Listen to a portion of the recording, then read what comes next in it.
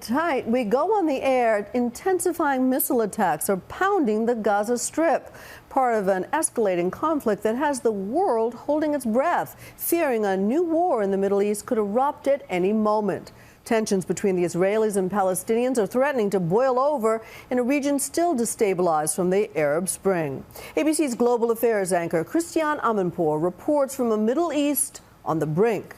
Christiane? Cynthia, tonight I can tell you Jerusalem, where I am, is extremely tense. Here and around the world, everyone is watching to see who will make the next move in this increasingly deadly game of chess in the Holy Land. The last time there was this kind of violence was 4 years ago, when Israel conducted an air and ground invasion of Gaza. It lasted 3 weeks and left more than 1,000 people dead. After days of tit-for-tat attacks between Israel and Palestinians in Gaza, the Israeli military stepped up, launching what they call Operation Pillar of Defense. Its first target was Ahmad al-Jabari, a military chief for Hamas, the Islamic political party that governs the Gaza Strip, which Israel and the West call a terrorist organization.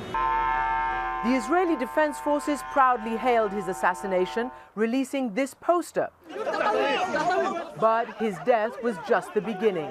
5 of the Palestinians killed so far were children, including this 11-month-old baby held in the arms of his father, a local journalist for the BBC, who asked, "What did my son do to die like this?"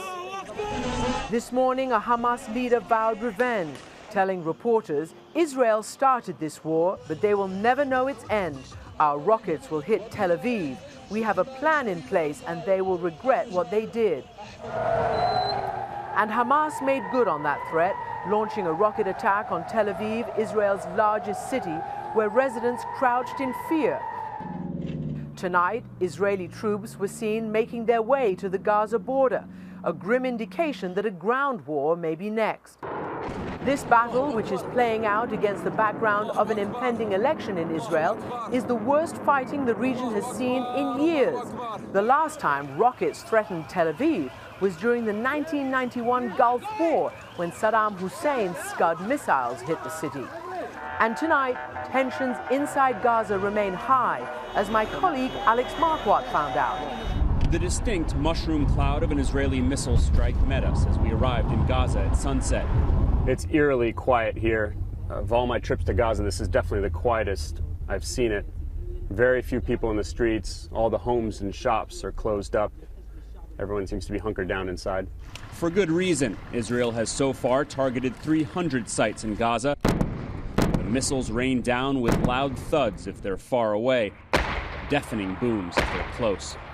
This is what the aftermath of one of these strikes looks like. A massive crater filled with cinder block and rebar, the strong smell of diesel fuel. Several of the houses around were damaged very badly, and the residents here on this street tell us they hope Hamas and the other groups will keep firing rockets into Israel in retaliation. A crowd of men was gathered outside one of the houses. We met 30-year-old Amar El-Bana, who said the strike felt like an earthquake. They're targeting civilians and kids, he said, calling on Hamas and the other militant groups to hit back hard. Back in Washington, President Obama has been having calls with leaders across the Middle East. I want to express my appreciation once again to President Obama for his unequivocal, clear-sighted support for Israel's right to defend itself. Here in Israel, the government has taken this battle to social media. Its official Twitter feed has blasted out threats to Hamas. It warned yesterday that no Hamas operatives, whether low-level or senior leaders, show their faces above ground in the days ahead. Hamas fired back with this tweet: "Our blessed hands will reach your leaders and soldiers wherever they are. You opened hell gates on yourselves." Just days after winning re-election, the president is now faced with a widening conflict that has the potential to destabilize an already unstable region. I think the number one word at the White House today was containment.